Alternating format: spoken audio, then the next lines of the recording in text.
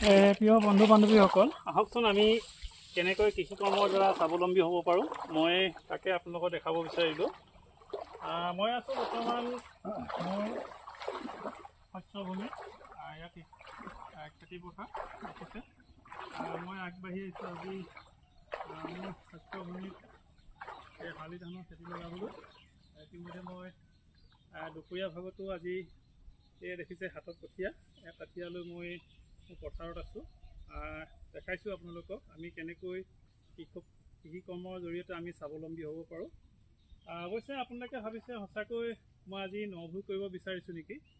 এয়া নভোই নহয়, এয়া মই আছোঁ মোৰ ফিচাৰীত।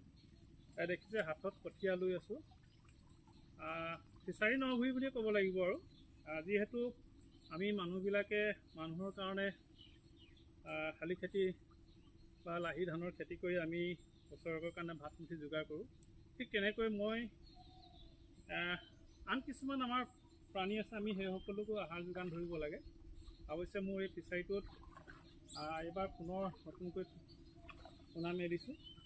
ইয়াত বিভিন্ন তৰহৰ প্ৰজাতিৰ মাছ আছে আৰু ইহঁতৰ আহাৰ যিহেতু বেলেগ বেলেগ ধৰণৰ। কিছুমান মাছে বনপাত খায় আৰু কিছুমানে ইহঁতে পোৱা পোক পতংগবিলাক ধৰি খায় আৰু কিছুমানে আমি যোগান ধৰা আহাৰ খাই ইহঁতি ডাঙৰ দীঘল হয়। যি কি নহওক, মই আজি ফিচাৰীত নভোই কৰিব বিচাৰিছোঁ। যিহেতু মোৰ হাতত এয়া কঠীয়া দেখিছে, এই কঠীয়ালৈ মই এই ফিচাৰীত যিবিলাক মোৰ সাধাৰণতে বনপাত খোৱা মাছ আছে সিহঁতৰ কাৰণে মই অলপ আহাৰ প্ৰস্তুত কৰিছোঁ। এয়া দেখিছে সময়ত সিহঁতি ইয়াৰ পৰা আহাৰ হিচাপে খাই ইহঁতি ডাঙৰ দীঘল হ'ব আৰু তাৰ কাৰণে মই আজি ফিচাৰীটোত নভোই হিচাপে অলপ কঠীয়া ৰুই দিছোঁ আৰু ইহঁতে খাব। যিহেতু মাছবিলাক এতিয়া সৰু হৈ আছে, এতিয়া ইহঁতে এই বনপাত বা মই ৰুই দিয়া ৰোৱাবিলাক সিহঁতি খাব পৰা অৱস্থাত নাই আৰু কিছু 2-1 মাহৰ পাছত সিহঁত ডাঙৰ হ'ব। এইখিনি সিহঁতৰ সময়ত আহাৰ হ'বগৈ, সেইকাৰণে মই এতিয়াই এইখিনি ৰুই দিছোঁ। আৰু এইখিনিয়ে হ'ল আমি ফিচাৰীত কেনেকৈ কৃষি কৰি মাছ পোহপালন কৰিব পাৰোঁ মই তাকে দেখালোঁ।